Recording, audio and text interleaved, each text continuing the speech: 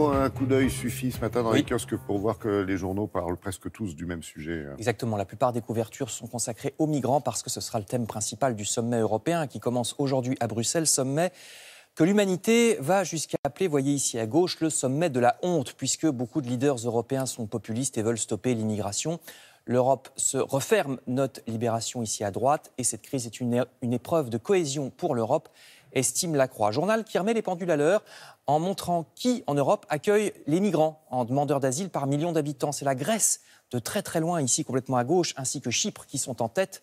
Ces deux pays accueillent 3 à 4 fois plus de migrants que l'Italie ou que la France, proportionnellement à leur population. L'Italie, que pourtant on entend beaucoup se plaindre ces derniers temps. Les bons élèves sont ensuite le Luxembourg, l'Autriche ou l'Allemagne, alors qu'à l'inverse, les pays de l'Est, comme la Pologne ou la Slovaquie, sont loin de prendre leur part. Vous avez vu que nous, la France, on est à peu près au milieu.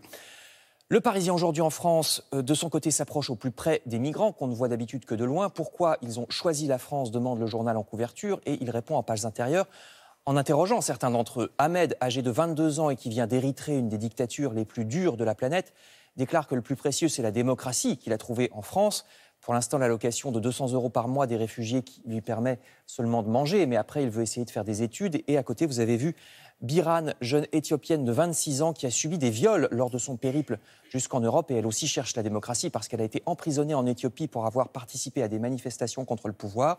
Elle veut devenir agricultrice, peut-être en Normandie. Voilà donc pour les migrants, objet principal des journaux ce matin.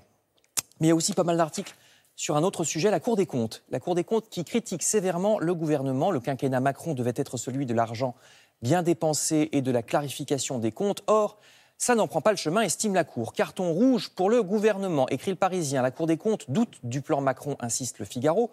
Et le journal économique Les Échos fait la liste des griefs de la Cour à l'encontre du gouvernement. C'est un avertissement sur les dépenses publiques. Je cite, « L'effort demandé aux collectivités locales est peu crédible, dit le rapport. La suppression de 50 000 postes de fonctionnaires semble infaisable. Les mesures d'économie si souvent annoncées restent pour l'instant mystérieuses, dit le journal. Quant au prélèvement à la source à partir de l'an prochain pour l'impôt sur le revenu, c'est un changement si grand qu'on ne sait même pas à 2 milliards près combien les impôts rapporteront l'an prochain. Ce qui est gênant, tout le détail est dans Les Échos. Et puis, il y a une autre mesure présidentielle qui est très critiquée ce matin, c'est le service national. Emmanuel Macron avait promis de le rétablir, mais maintenant qu'on en arrive aux mesures concrètes, ça ne ressemble plus à grand-chose, ont l'air de dire les journaux. Le service national universel est revu à la baisse, dit le Figaro. Le service devra renforcer le lien social, rappelle La Croix. Mais comment faire ? Ce mini-service national de seulement 2 fois 15 jours n'a évidemment rien à voir avec les 10 ou 12 mois d'autrefois. Comment ça se passera ? Pour l'instant, on n'en sait pas beaucoup plus, alors que pourtant le service doit être en place d'ici l'an prochain. C'est vrai que le service est vu comme un moyen de lutter contre le communautarisme et contre la dégradation du système scolaire, contre aussi le fait que les familles ne prennent plus la peine d'éduquer correctement leurs enfants. Je cite le Figaro. Mais la montagne a accouché d'une souris, dénonce un ancien colonel. À moins de 6 mois, c'est une absurdité, dit même l'ancien ministre Luc Ferry. Comment un brassage de population ou des travaux pour l'intérêt général de la nation, et en plus à seulement 16 ans, pourrait-il se faire en seulement 2 fois 15 jours ? Et tout ça coûtera 2 milliards par an, rappelle le Figaro. Merci beaucoup.